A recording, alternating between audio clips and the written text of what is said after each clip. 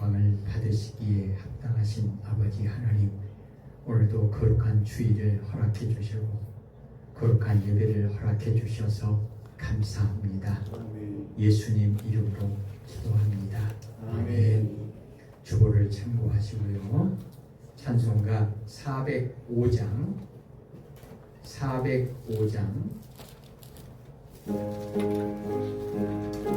찬송합니다. 주의 친절한 발에 안기세 우리 마음이 평안하리니 항상 기쁘고 복이 되겠네. 영원하신 발에 안기세 주의 발에 굵으신 발에 안기세 주의 발에 영원하신 발에 안기세. 날이 갈수록 주의 사랑이 두루 광명하게 비치고 전성 가는 길 편히 가리니 영원하신 발에 안기세 주의 발에 굵으신 발에 안기세 주의 발에 영원하신 발에 안기세. 주의 보좌로 나아갈 때에 기뻐 장미 소리 외치고 겁과 두려움 없어지리니 영원하신 발에 안기세 주의 발에 굵으신 발에 안기세 주의 발에 영원하신 발에 안기세. 아멘. 우리 이 시간 기도할 때요, 오늘 우리가 이렇게 평안 가운데 예배 드릴 수 있는 것은 하나님께서 이 나라의 민족을 지켜주시고 교회와 가정을 지켜주시고 오늘도 우리의 발걸음을 지켜주시고 인도해 주셔서 오늘 이 거룩한 예배 가운데 하나님께 찬양과 영광을 올려드릴 수 있게 하심을 감사합니다. 기도하십시다.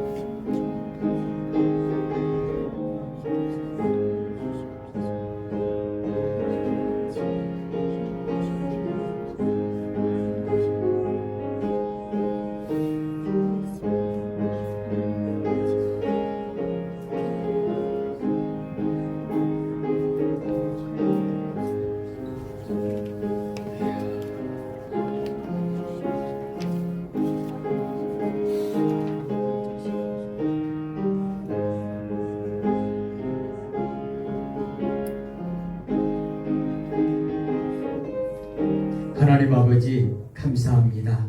이 나라의 민족을 지켜주시고 교회와 가정과 우리 몸과 영혼을 지켜주셔서 오늘도 이 거룩한 예배 가운데 하나님을 찬송케 하심을 감사합니다. 아멘. 이 땅에 교회를 허락하시고 마음껏 하나님을 찬양하며 예배드릴 수 있도록 복을 주셔서 감사합니다. 아멘. 하나님의 선하신 뜻이 오늘 우리에게 이곳에서 이루어져서 하나님께 영광 돌릴 수 있게 하심을 감사합니다. 아멘. 아침부터 이 시간까지 우리의 생각과 우리의 마음과 우리의 발걸음 지켜주시고 인도해 주셔서 하나님을 예배하는 자리에 서게 하심을 감사합니다. 아멘. 예수님 이름으로 기도합니다.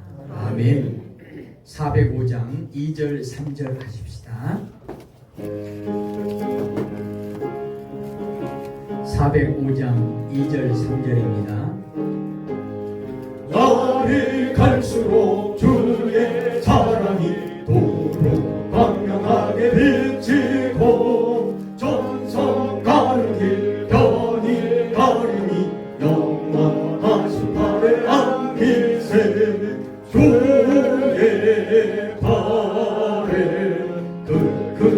팔에 안기세 주의 팔에 영원하신 팔에 안기세 주의 보좌로 나아갈 때에 기뻐 찬미 소리 외치고 겁과 두려움 없어지리니 영원하신 팔에 안기세 주의 팔에 크신 팔에 안기세 주의 팔에 영원하신 팔에 안기세.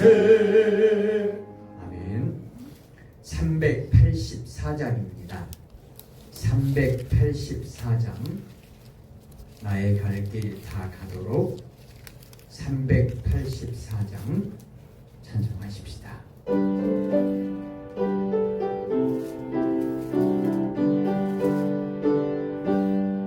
나의 가기 가도록 예수님 도하시니 내 주 안에 있는 긍휼 어찌 의심하리요.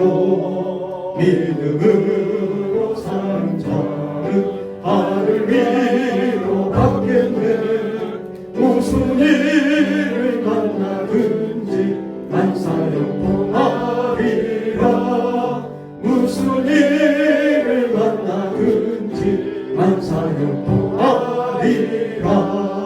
나의 갈 길 가도록 예수 인도하시니 어려운 일 당할 때도 족한 은혜 주시니 나는 심히 고난하고 영혼 매우 가난하. 나의 앞에 반석에서 샘을 나게 하시네. 나의 앞에 반석에서 샘을 나게 하시네. 나의 갈 길 가도록 예수 인도하시니 그의 사랑 어찌 큰지 말로 할 수 없도다.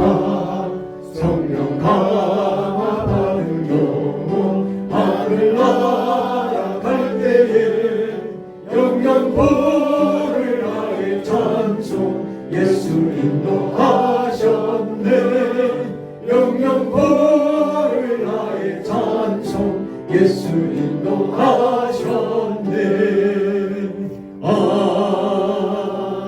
아멘.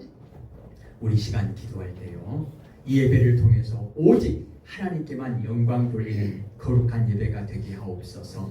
오직 하나님만 영광 받으시는 복된 예배가 되게 하옵소서. 기도하십시다.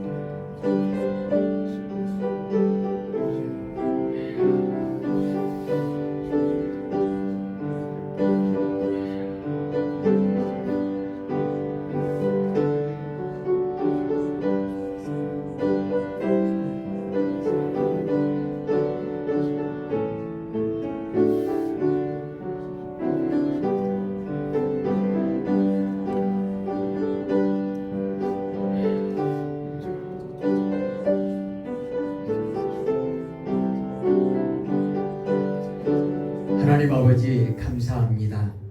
이 예배를 통하여 하나님만 영광 받아 주옵소서. 하나님께만 영광 돌리는 거룩한 예배자가 되게 하옵소서. 이를 위하여 전적인 하나님의 은혜가 필요합니다. 성령님 도와 주시옵소서. 말씀이 충만한 예배가 되게 하옵소서.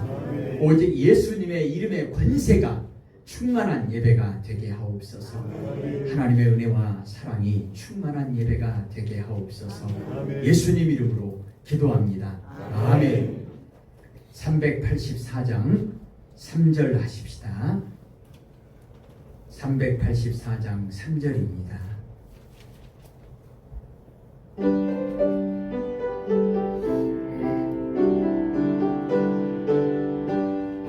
나의 갈 길 나가도록 예수 인도하시니 그의 사랑 어찌 큰지 말로 할 수 없도다. 성령 강화 바른 영혼 하늘 날아갈 때에 영영 부를 나의 찬송 예수 인도하셨네. 영영 부를 나의 찬송 예수 인도하셨네. 아멘. 아멘. 찬송가 88장입니다. 88장.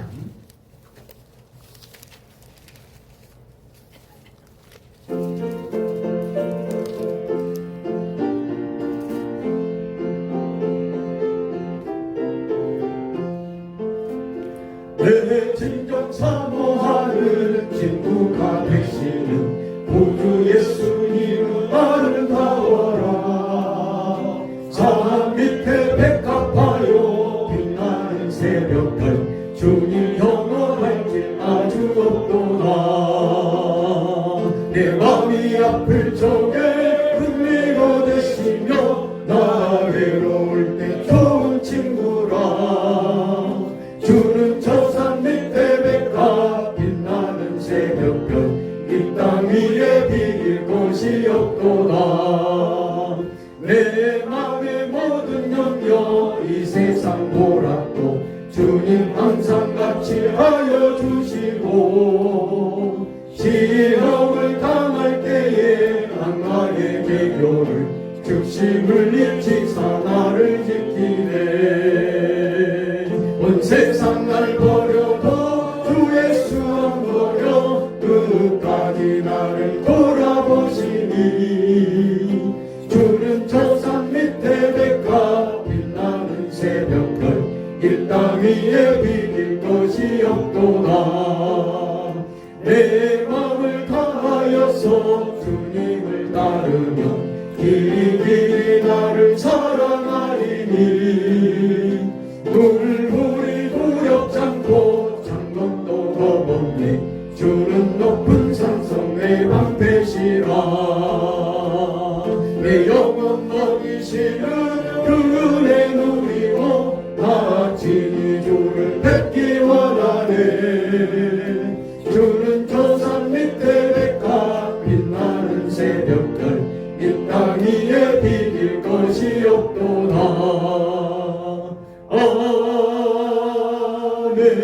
아멘. 우리 시간 기도할 때요, 하나님 이 예배 가운데 성령으로 임하셔서 오늘 우리를 은혜가 충만한 하나님의 백성으로 다시 한번 새롭게 무장시켜 주셔서 세상에 나가서 승리하게 해달라고 기도하십시다.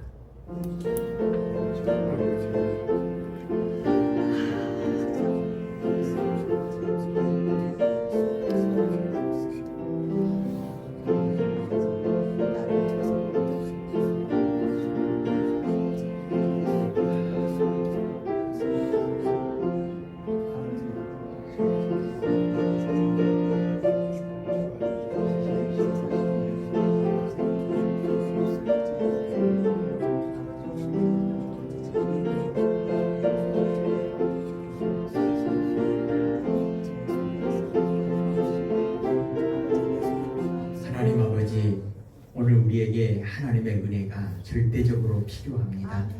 하나님의 은혜 가운데 우리가 충만한 믿음의 복을 받아서 믿음으로 승리하게 하옵소서. 세상에 나아가 믿음으로 승리하게 하옵소서. 세상에 나아가 빛의 자녀로 승리하게 하옵소서. 세상에 나아가 하나님의 자녀로 승리하게 하옵소서. 이를 위하여 오늘도 말씀 충만한 예배가 되게 하옵소서. 말씀으로 충만하게 우리를 무장시켜 주시옵소서. 오늘도 세우신 종을 통하여 말씀하실 때 하나님 역사하여 주옵소서. 말씀이 우리 마음밭에 뿌려져서 생명의 말씀으로 다시 한번 든든하게 우리를 무장시켜 주시옵소서. 하나님 도와주세요. 하나님 붙들어 주세요. 예수님 이름으로 기도합니다. 아멘. 88장 3절하고 기도합니다.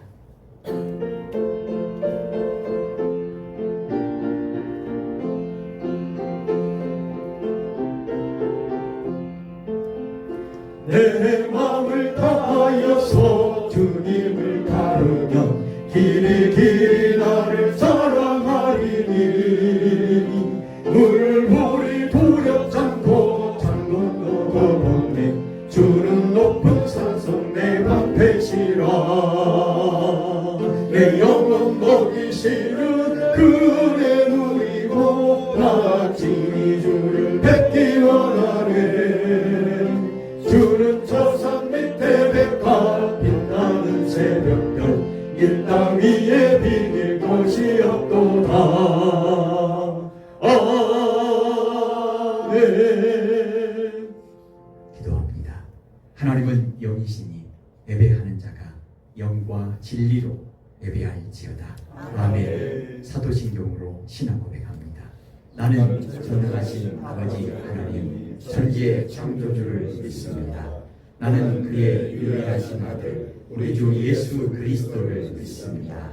그는 성령으로 잉태되어 동정녀 마리아에게서 나시고 본디오 빌라도에게 고난을 받아 십자가에 못 박혀 죽으시고 장사된 지 사흘 만에 죽은 자 가운데서 다시 살아나셨으며 하늘에 오르시어 전능하신 아버지 하나님 우편에 앉아 계시다가 거기로부터 살아있는 자와 죽은 자를 심판하러 오십니다. 나는 성령을 믿으며 거룩한 공교회와 성도의 교제와 죄를 용서받는 것과 몸의 부활과 영생을 믿습니다. 아멘. 찬송가 88장입니다.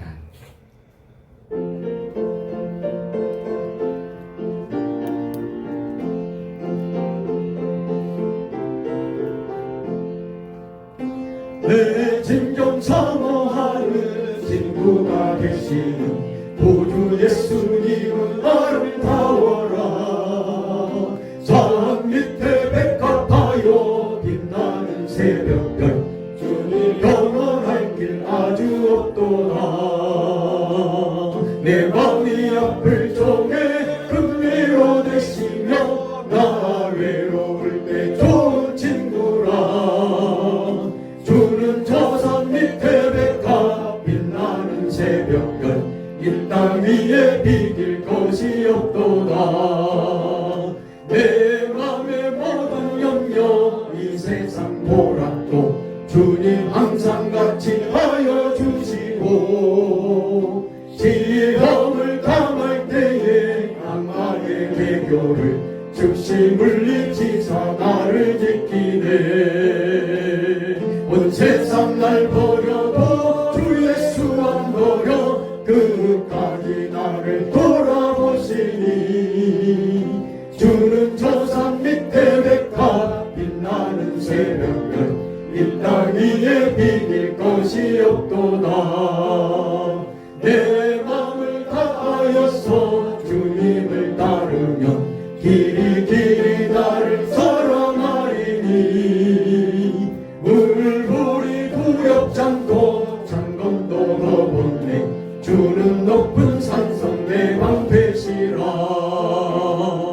내 영혼 먹이시는 그의 누리고 나 친히 주를 뵙기 원하네 주는 저 산 밑에 백합 빛나는 새벽별 이 땅 위에 비길 것이 없도다 아멘.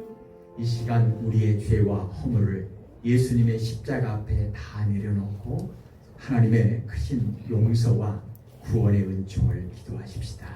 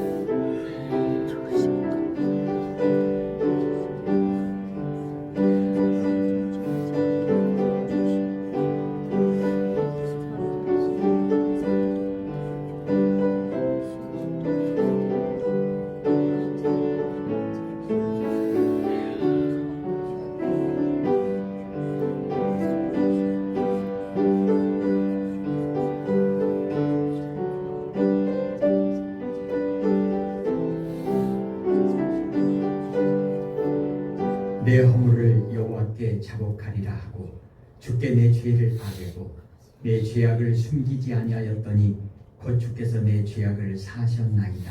아멘. 하늘에 계신 우리 아버지의 이름을 거룩하게 하시며 아버지의 나라가 오게 하시며 아버지의 뜻이 하늘에서와 같이 땅에서도 이루어지게 하소서. 오늘 우리에게 일용할 양식을 주시고 우리가 우리에게 잘못한 사람을 용서하여 준 것 같이 우리 죄를 용서하여 주시고 우리를 시험에 빠지지 않게 하시고 악에서 구하소서. 나라와 권능과 영광이 영원히 아버지의 것입니다. 아멘. 교동문 16번입니다. 찬송가 뒤에 교동문 16번 시편 28편 말씀.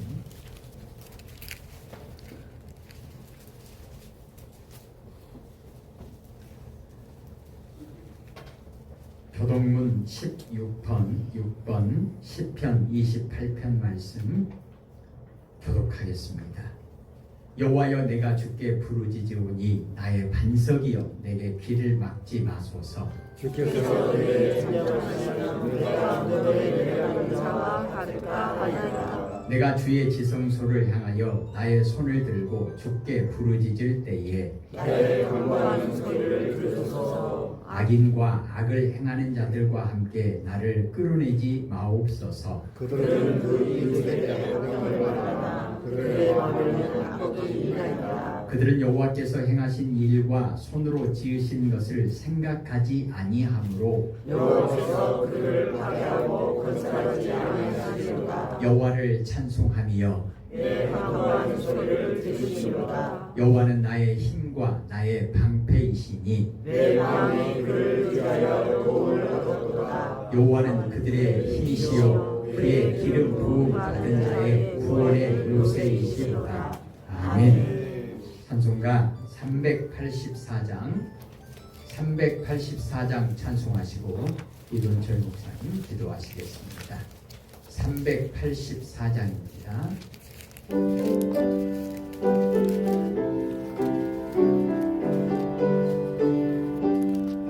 나의 갈 길 다가도록 예수 인도하시니 내 주 안에 있는 그길 어찌 의심하리요. 믿음으로 사는 자는 하늘 위로 받겠네. 무슨 일을 만나든지 만사형통하리라. 무슨 일을 만나든지 만사형통하리라. 나의 갈 길 하나도록 예수 인도하시니 어려운 일 당할 때도 조카를 해주시네. 나는 심히 고난하고 영혼 매우 가난하. 나의 앞에 반석에서 샘물 나게 하시네. 나의 앞에 반석에서 샘물 나게 하시네.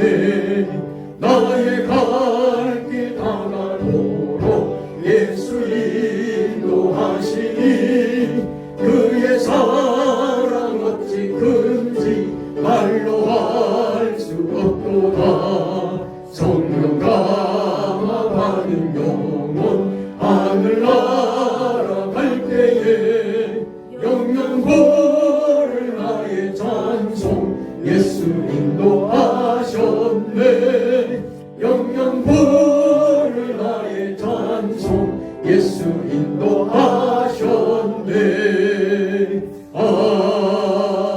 아멘.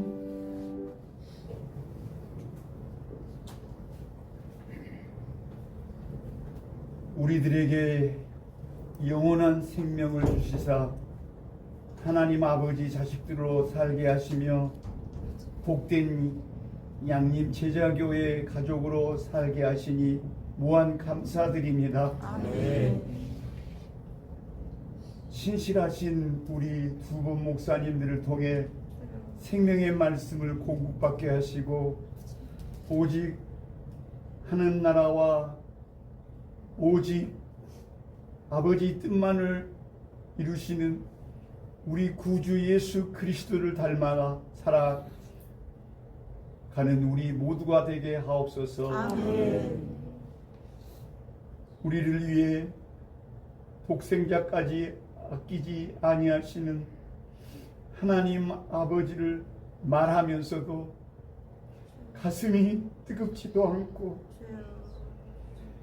죄인 개수 나를 위해 십자가에 피 흘리신 주님의 사랑을 말하면서도 눈물 한 방울 흘리지 못한 화인 받은 무지한 심령에 오늘 예배를 통해 뜨거운 성령의 불로 충만케 하옵소서. 아멘. 그리하여 입술과 말로만이 아니 진심과 사랑으로 하나님 아버지를 그리고 이웃을 사랑하는 참된 백성들로 살게 하여 주옵소서. 아멘. 예수님의 이름으로 기도드립니다. 아멘.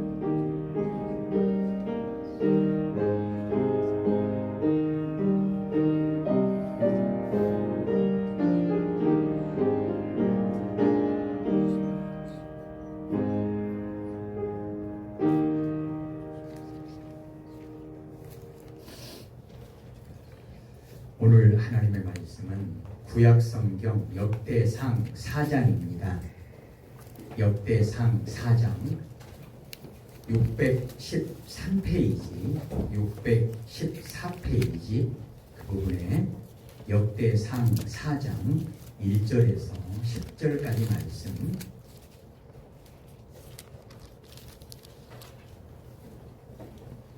구약성경 613페이지 그 부분에 역대상 4장 1절에서 10절까지 말씀,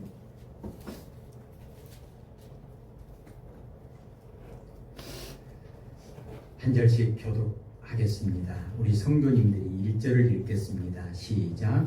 유다의 영들은 헬스와 이스라와 헬미와 홀과 소발이다. 소발의 아들 르아야는 야핫을 낳고 야핫은 아후메와 라핫을 낳았으니 이는 소라 사람의 종족이며 에담 조상의 자손들은 이스라엘과 이스마와 이카스와 데빌의 사촌을 보내와 그돌의 아버지 분우엘과 후사의 아버지 에셀이니 이는 다 베들레헴의 아버지 에브라다의 맏아들 훌의 소생이며 두거의 아버지 아스hul의 도안에는 헬라와 나아라다. 나아라는 그에게 아웃삼과 헤벨과 데무니와 하스다리를 낳아 주었으니 이는 나아라의 소생이요 헬라의 아들들은 세렉과 이스라엘과 에드난이며 고스는 아눕과 소베바와 하룸의 아들 아하헬 종족들을 낳았으며 야베스는 그의 형제보다 귀중한 자라. 그의 어머니가 이름하여 이르되 야베스라 하시니 이는 내가 수고로 일하라 하였노라. 야베스가 이스라엘 하나님께 아뢰어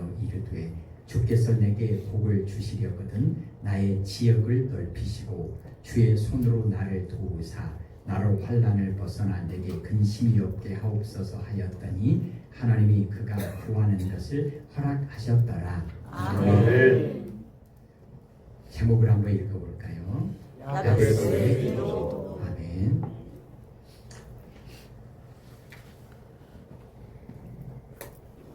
예수 그리스도를 십자가에 내어주신 하나님의 크신 은혜와 복이 오늘 하나님을 예배하는 주의 백성들에게 충만히 임하시기를 간절히 축원드립니다. 아멘.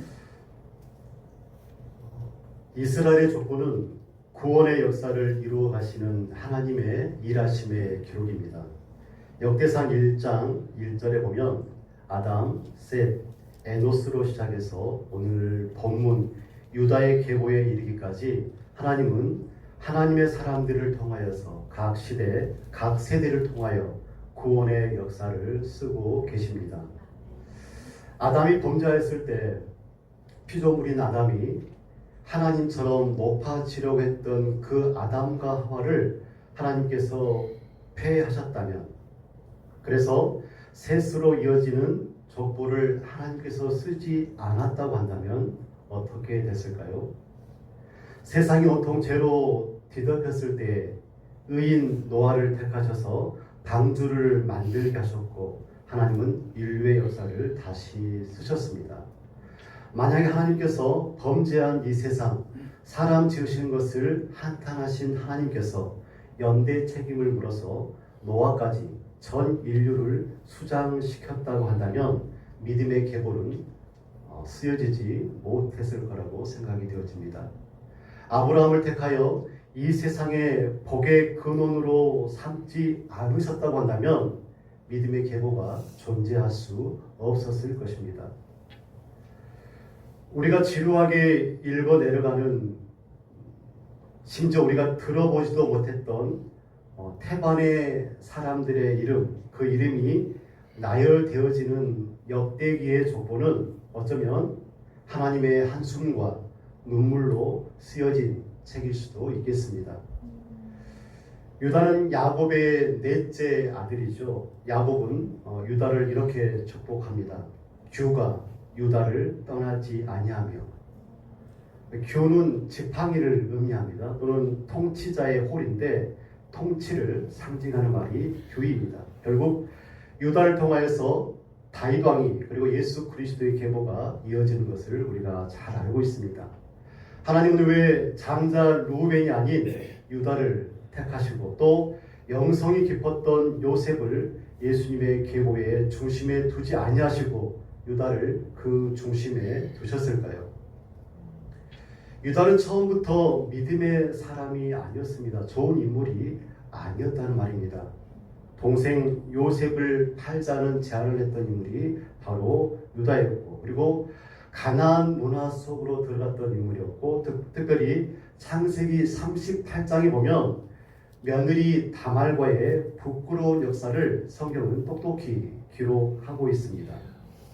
그런데 유다는 이러한 부끄러움을 통과하면서 변화된 사람임을 우리가 잘 알고 있습니다.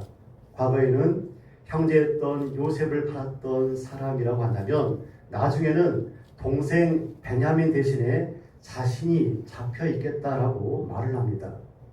예전에 유다는 자신의 살 길을 찾았던 사람이라고 한다면 나중에는 변화되어지고 유다는 남을 위해서 자신을 내어주는 사람이 되고 돌이키고 책임지고 형제를 살리는 사람, 그래서 당당히 왕의 계보를 이어준 사람이 유다임을 우리는 성경 통해서 알 수가 있습니다.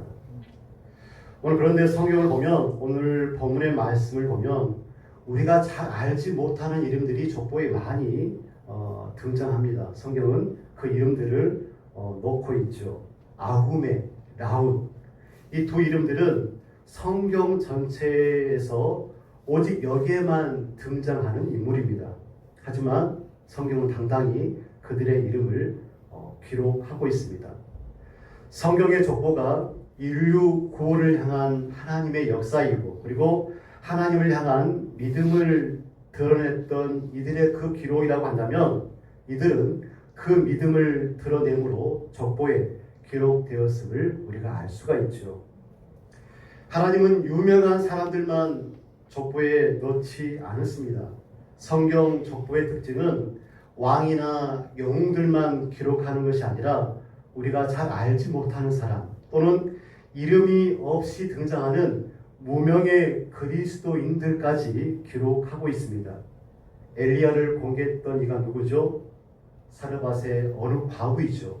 그리고 오병이어를 내어드렸던 아이, 그리고 예수님께서 십자가에 달려 돌아가셨을 때 회개했던 오른편 강도, 모두 무명의 그리스도인이었습니다.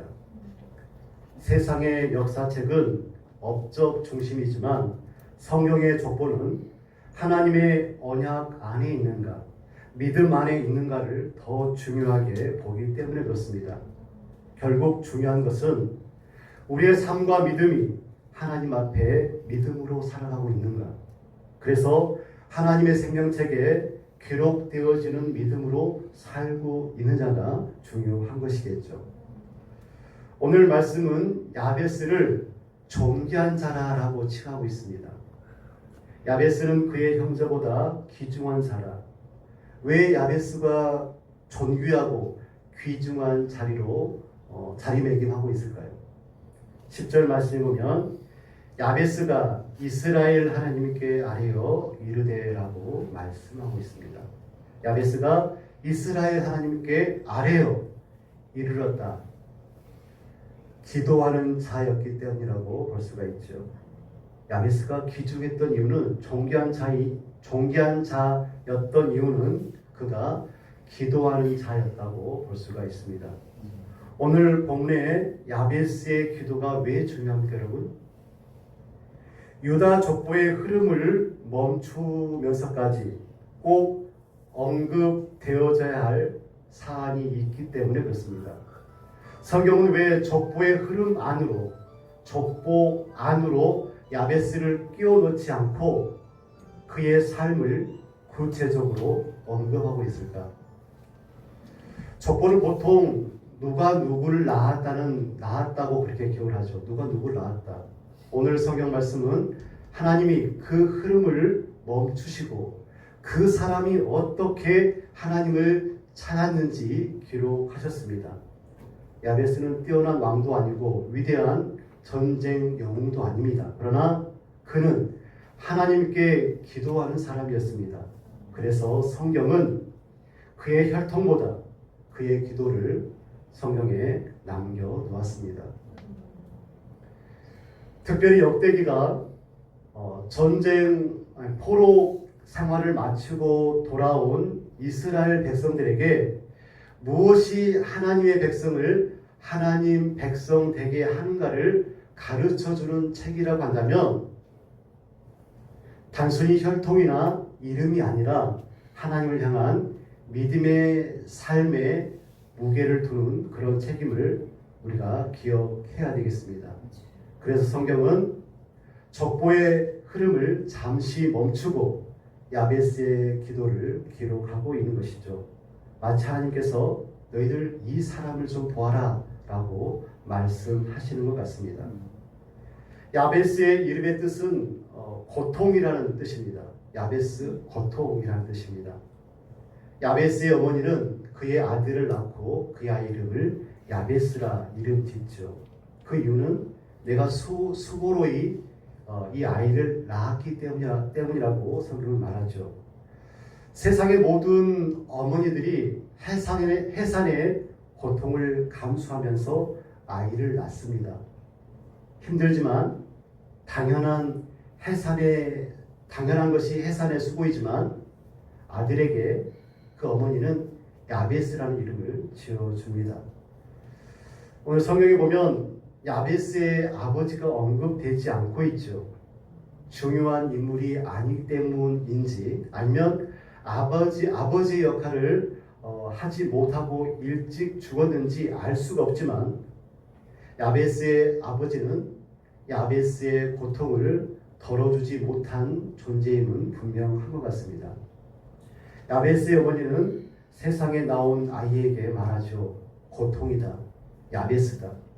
이 말씀을 좀 더 확대 해석해 보면 이런 말씀으로 생각해 볼 수 있을 것 같습니다. 너의 인생은 고통일 것이다. 너를 향한 도움의 손길은 너를 피할 것이다. 너의 생명은 사그라들 것이다. 빛은 너를 숨을 것이며 너는 내일이 오는 것을 싫어할 것이다. 너의 존재가 야베스이기 때문이다 라고 볼 수 있겠죠. 너의 존재가 야베스이기 때문이다. 야베스의 어머니처럼 아들의 이름을 슬프게 지었던 여인이 있습니다. 누가 생각나십니까? 엘리의 며느리 비느하스의 아내입니다. 그녀는 죽어가면서 아이의 이름을 이가봇이라고 지었죠. 이가봇, 영광이 이스라엘을 떠났다. 이가봇이라는 말은 영광이 없다는 뜻이죠. 비나스가 블레셋과의 전투에서 사망을 합니다. 그리고 이 소식을 들었던 시아버지 엘리 제사장이 넘어져서 사망하게 되어집니다. 전투에서 무엇을 빼앗겼습니까? 법궤를 빼앗겼습니다. 법궤. 이스라엘의 하나님의 임재가 사라짐을 의미하죠. 이를 직관한 여인이 아이를 낳으면서 그 이름을 이가봇이라고 짓습니다. 너는 사는 날 동안 영광을 보지 못할 것이다. 하나님의 영광은 물론이고 너의 영광은 없을 것이다. 이렇게 말하고 있는 것이죠. 시편 137편 1절과 2절에 이렇게 말씀합니다. 우리가 바벨론의 여러 강변 거기에 앉아서 시온을 기억하며 울었도다.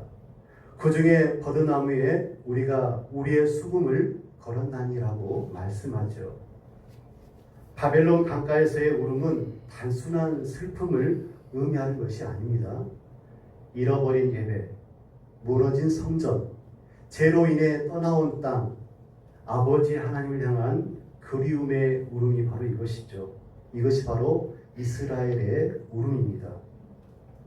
야베스는 이스라엘을 닮아 있고 이스라엘은 야베스를 닮아 있습니다. 그리고 야베스는 오늘 우리와 닮아 있습니다. 참고 사귀고 억눌러 온 울음이 목구멍까지 차오를 때, 그리고 그 모든 것들을 침묵으로 종용당할 때, 베이고 찢긴 육체와 시간, 우리들의 꿈들이 슬픈 눈으로 우리를 바라볼 때, 믿음이라는 것이 몸살 걸린 몸이 죽 한 숟가락 뜨는 것처럼 버거울 때, 세상이 나의 이름을 야베스로 규정할 때, 우리를 향하여서 하나님은 말씀하시죠. 너는 존귀하다. 내가 너를 존귀하게 지었고 존귀하게 살피고 존귀하게 다시 얻었다라고 말씀합니다.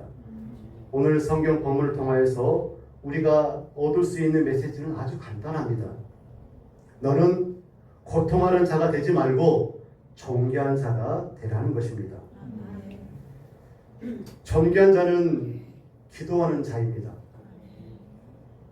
존귀한 자는 어떠한 자라고요? 기도하는 자.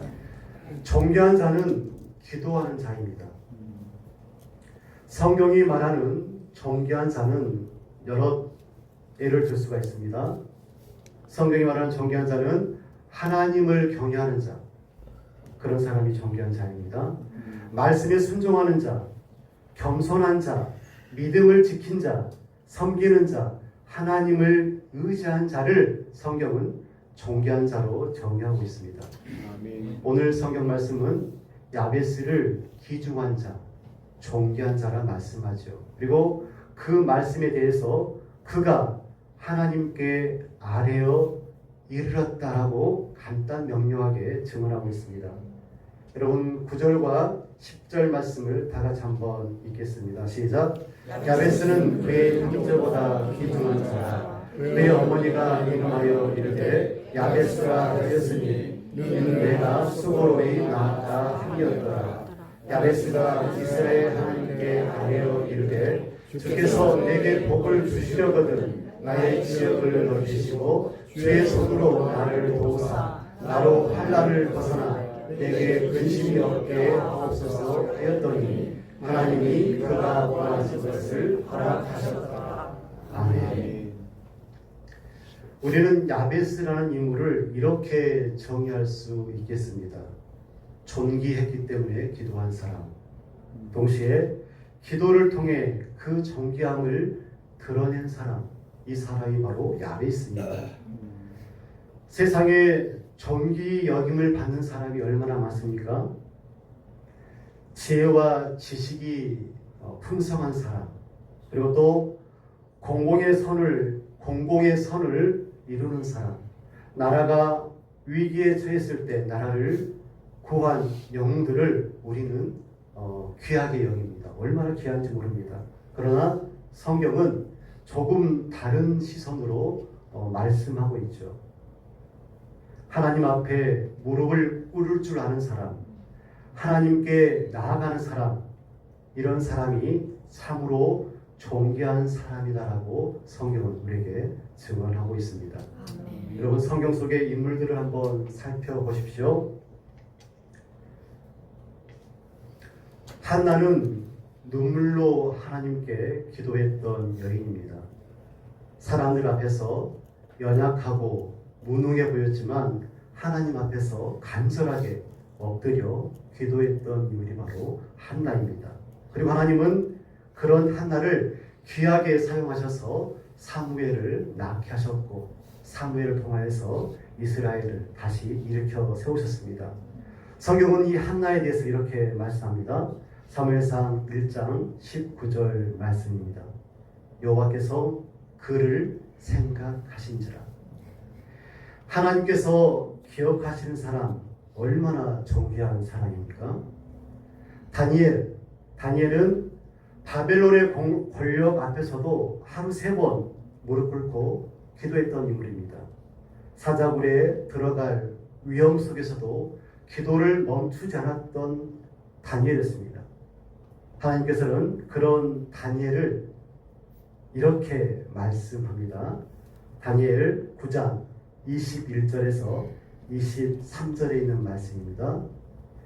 곧 내가 기도할 때에 이전에 환상 중에 본 그 사람 가브리엘이 빨리 날아서 저녁 제사를 드릴 때쯤 내게 이르더니 내게 가르치며 내게 말하여 이르되 다니엘아 내가 이제 내게 지식과 총명을 주려고 왔느니라. 곧 내가 기도를 시작할 즈음에 명령이 내렸으므로 이제 내게 알리려 왔느니라.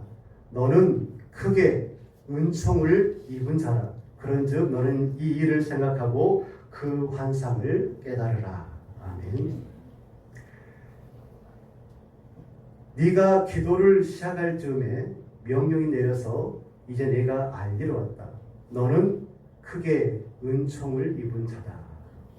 아멘. 기도를 시작했고 그때 은총을 받았다라고 증언하죠.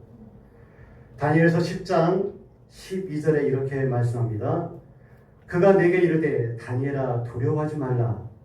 내가 깨달으려 하여 내 하나님 앞에 스스로 겸비하게 하기로 결심하던 첫날부터 너의 말이 응답받았으므로 내가 내 말로 말미암아 왔느니라.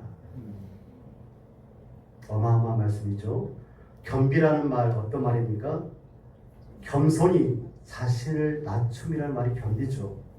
스스로 겸비하여 기도함으로 지혜와 총명을 받고 은총을 받았던 인물이 바로 다니엘입니다. 하나님께 꾸준히 성실하게 기도했던 다니엘, 세상 권세보다 하나님 앞에 엎드린 사람이 하나님께 귀중한 사람입니다. 여러분 엘리야는 어떻습니까? 엘리야 역시 기도의 사람이죠. 갈멜산에서 무너진 제단을 수축하고 하나님께 부르짖었습니다. 그때 하나님께서 불로 응답하셨죠. 야고보는 야고보서 5장에 이렇게 엘리야를 소개하고 있습니다. 의인의 간구는 역사하는 힘이 크니라. 하나님은 기도하는 사람이 얼마나 귀히 쓰임 받는지 잘 우리에게 말씀해 주고 있습니다. 엘리야가 그런 사람이죠. 사랑하는 성도 여러분, 하나님 앞에 존귀한 자로 서시기를 축복합니다. 아멘. 사랑하는 성도 여러분, 하나님 앞에 존귀한 자로 서시기를 축원드립니다. 아멘. 그렇다면 존귀한 사람 야베스는 어떤 기도를 드렸을까요? 오늘은 간단하게 기도의 내용을 살피고 수요 기도의 시간에 그 내용을 마저 다루겠습니다. 2001년에 발간된 브루스 윌킨스의 책 야베스의 기도라는 책을 많은 사람들이 보았습니다. 그 책에서 그는 이렇게 말합니다. 야베스가 하나님께 자신의 필요를 구했고 하나님은 그 기도를 다 들어주셨습니다. 경제적 풍요와 마음의 평안을 위해서 기도하십시오. 하나님은 우리를 위해서 엄청난 복을 쌓아 놓으셨는데 우리가 구하지 않아서 그 복을 다 누리지 못하고 있습니다. 이렇게 말하고 있죠. 여기서 질문을 하나 드리겠습니다. 존귀한 자는 어떤 기도를 드릴까요? 스스로 겸비하여 기도하는 기도자는 어떤 기도를 드릴까요? 철든 자녀가 하늘 아버지에게 기도를 한다면 그 기도의 내용은 어떤 내용을 품고 있을까요? 답이 좀 내려지십니까? 오늘 야베스는 이렇게 기도하고 있습니다. 주께서 내게 복을 주시려거든. 야베스가 구한 복은 세상적 부요나 욕망을 성취하기 위한 기도가 아닙니다. 그가 구한 복은 하나님께서 아브라함에게 약속하신 언약의 복, 곧 하나님의 백성이 되고 약속의 땅을 누리며 하나님 나라를 이루고 세상을 회복하는 그런 통로로서의 복을 그가 구하고 있습니다. 하나님의 복을 주라는 것이죠. 두 번째로 하나님의 지경을 넓히시고라고 기도하죠. 성경에서 지경을 넓힌다라는 그런 의미는, 그런 표현은 하나님이 약속의 땅을 하나님이 약속하신 땅을 차지하는 것, 하나님 나라의 영역을 확장하는 것을 주로 의미하고 있습니다. 출애굽한 이스라엘 백성들이 약속의 땅을 정복해 나가듯이 나를 통하여서 하나님의 나라를 확장시켜 주옵소서라고 기도하시는 거죠. 아멘. 하나님의 뜻이 내 삶 가운데 더 넓어지기를 소원합니다. 이런 뜻이죠. 주의 손으로 나를 도우사라고 야베스는 기도합니다. 무엇으로 나를 도와달라고요? 주의 손으로 나를 도와주세요. 주의 손이 나를 돕기를 소원합니다 라고 기도합니다. 야베스는 자기의 힘이 아니라 하나님의 손을 의지하고 있습니다.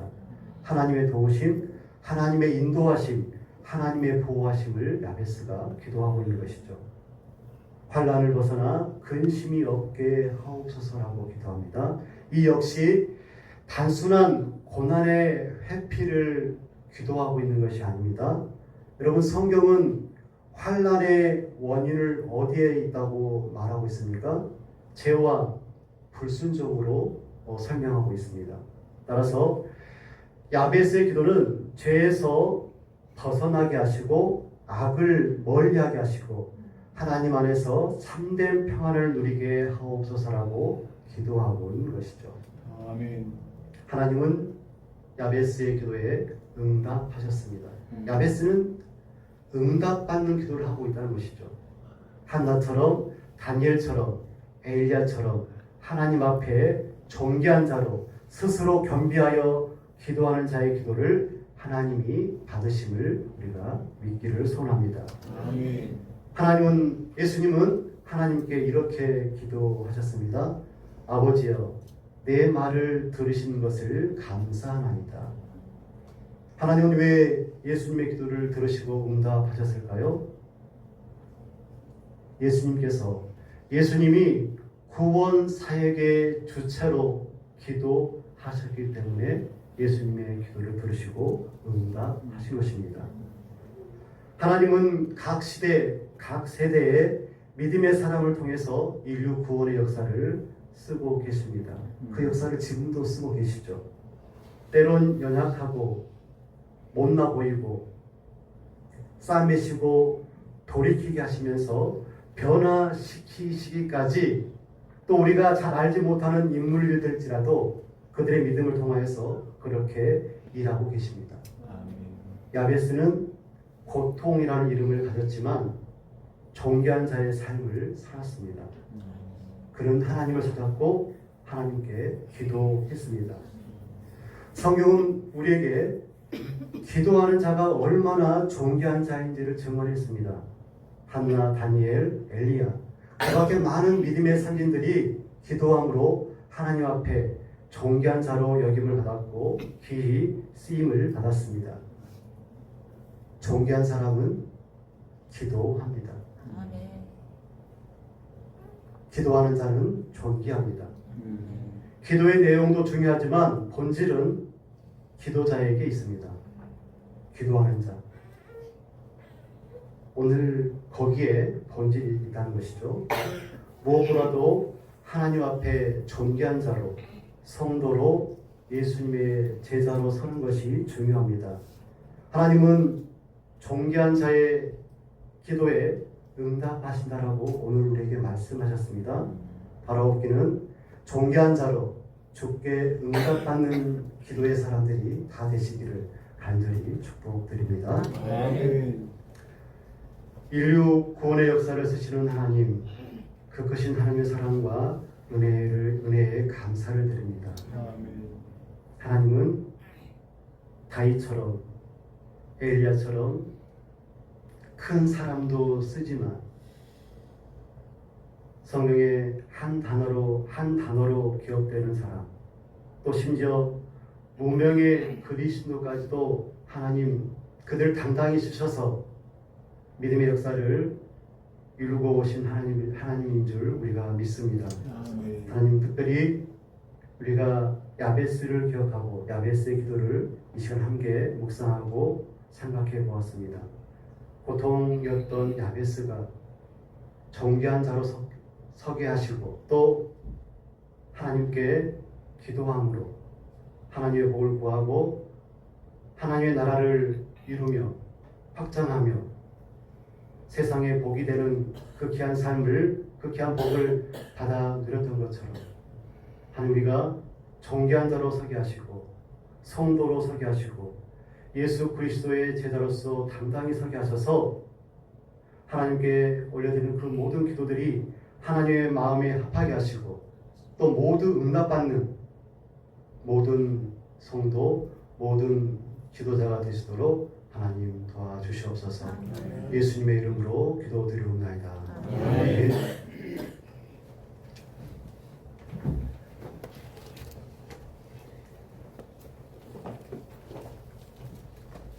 찬송가 405장입니다. 405장.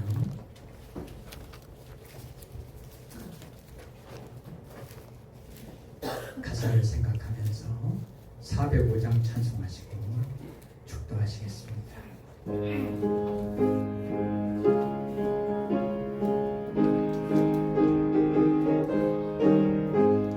주의 진정한 발에 안기세 우리 마음이 평안하리니 항상 기쁘고 복이 되겠네. 영원하신 발에 안기세 주의 발에 그 크신 발에 안기세 주의 발에 영원하신 발에 안기세. 날이 갈수록 주의 사랑이 눈을 광명하게 비치고 천성 가는 길 편히 가리니 영원하신 발에 안기세 주의 발에 그 크신 발에 안기세 주의 발에 영원하신 발에 안기세. 주의 보좌로 나아갈 때에 기뻐 찬미 소리 외치고 겁과 두려움 없어지니 영원하신 발에 안기세 주의 발에 그 크신 발에 안기세 주의 발에 영원하신 발에 안기세.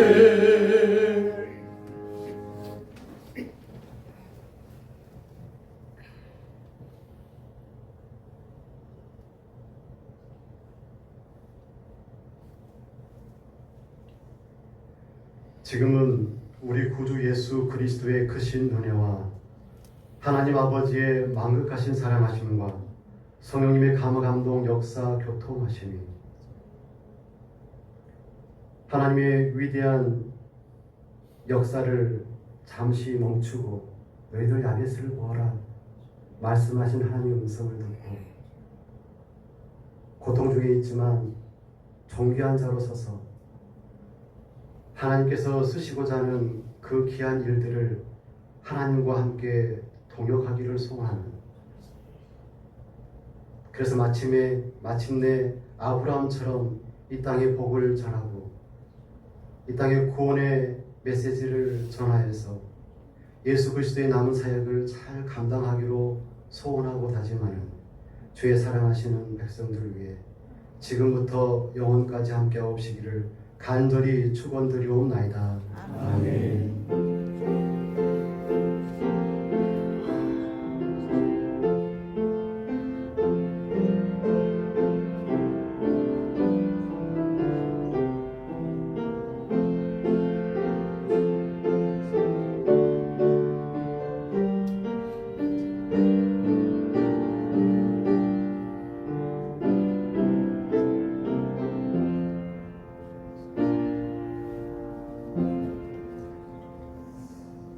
하나님께 용가의 박수 올려드리십시오.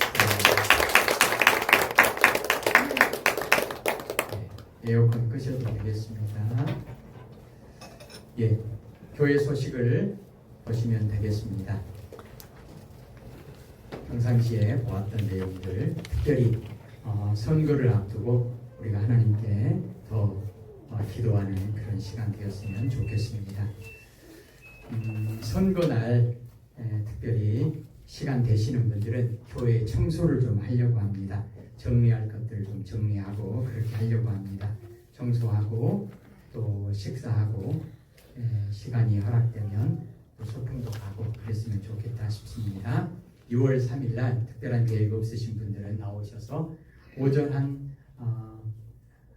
10시쯤 나오셔서 청소하고 식사 같이 했으면 좋겠습니다.